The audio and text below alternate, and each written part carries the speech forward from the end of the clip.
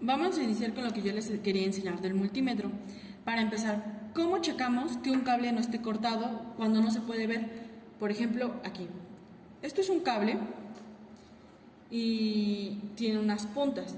Nosotros no sabemos si funciona o no funciona, porque aquí dentro podría estar cortado, pero nosotros no tenemos cómo saberlo. ¿Y cómo vamos a comprobar en estos casos? Nuestro multímetro tiene una opción. Aquí está. Esta opción nos va a hacer un chillido cuando las cosas estén conectadas correctamente. Cuando todo nuestro cable, en este caso todo tenga continuidad. ¿Y cómo va a sonar? Va a emitir un ruido así. Si nosotros tenemos un componente dañado, es así la forma en la que vamos a identificar que ya no sirve. Aquí tenemos un cable verde. Nuestro circuito podrá estar bien, pero si no tenemos un cable que en realidad sirva, vamos a tener error. Aquí podemos darnos cuenta que están las dos puntas conectadas y ya emitió el chillido. Eso nos da a entender que nuestro cable funciona. Aquí tenemos otro de color rojo. Y como nos podemos dar cuenta, el multímetro no hace ningún sonido. Esto significa que este cable ya no sirve, que aunque nosotros lo veamos que está entero, no tiene ningún daño, en realidad ya no sirve.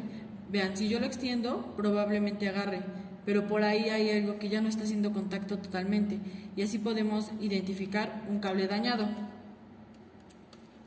Ahora, vamos a hacer la práctica del potenciómetro, que quería que ustedes vieran cómo funciona.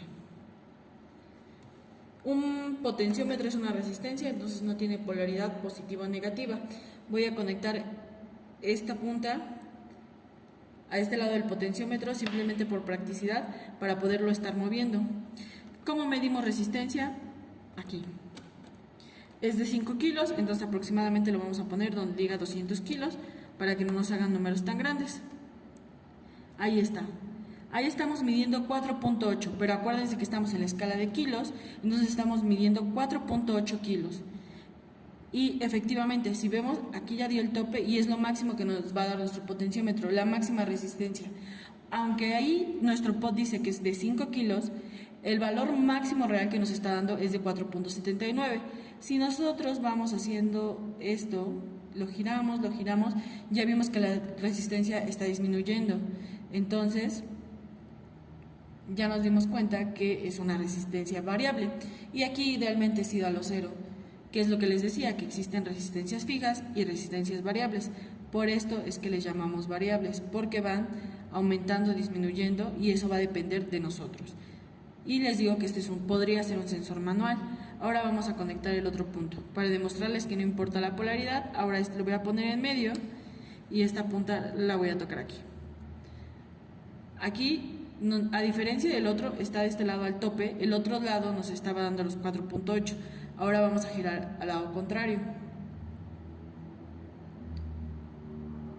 Ahí está aproximadamente los 4.8, pero ahora nos los está dando de este lado. Es como les decía, va variando dependiendo de qué lado esté. Si de este lado aumenta, de este lado disminuye, y si de este lado disminuye, de este lado aumenta. Entonces así es como nosotros podemos medir las resistencias. Ahora vamos a buscar una resistencia fija, que esto es todo lo que les quería explicar hoy, pero no me lo permitió la cámara. Yo siempre les pongo mis resistencias de cuántos son. Por ejemplo, este es de 47 ohms. A ver, ahí está. Entonces, ¿cómo vamos a medir nuestra resistencia? Supongamos que no sabemos de cuánto es. Vamos a iniciar con lo más mínimo. Y así le vamos subiendo hasta que nos dé un valor que pues no se vea tan feo. Porque si no nos va a dar como .0001 y nosotros vamos a tener que hacer la conversión. No hay necesidad, solamente vemos en qué escala está. Aquí está en 20 kilos, en 200 kilos o 2000. Listo.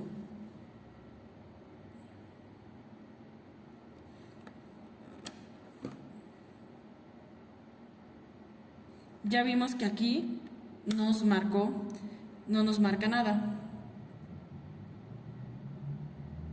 Y esto es porque la escala le queda muy pequeña.